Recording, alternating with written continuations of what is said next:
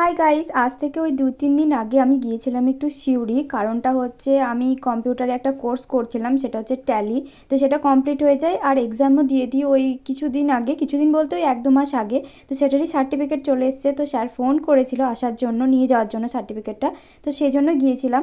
আর ওয়েদারটা দেখে আর রোদ দেখে ভাবছি যে আমি একসাথে এতগুলো কাজ কি করে কমপ্লিট করব।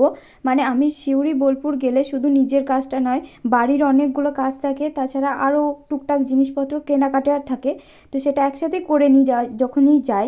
তো সেই জন্য আমি ভয় পাচ্ছিলাম যে এত রোদ উঠেছে যে আজকে কিভাবে এতগুলো কাজ আমি কমপ্লিট করব। তো ওটাই ভাবতে ভাবতে চলে যাচ্ছি সিউড়ি।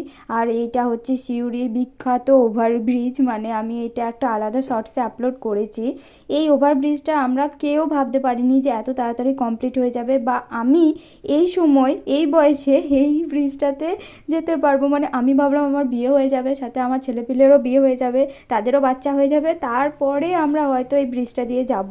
মানে এরকম ধারণা সবার তৈরি হয়ে গেছিলো, কারণ এতটাই লেটে এই ব্রিজে কাজটা চলছিল।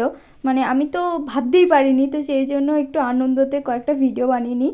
এই ব্রিজটার ভিডিও আমি আলাদা একটা শর্টসে আপলোড করে দিয়েছি। তারপর গিয়েছিলাম একটু এটিএম। দেখা হচ্ছে নেক্সট ভিডিওতে, ততক্ষণের জন্য বাই।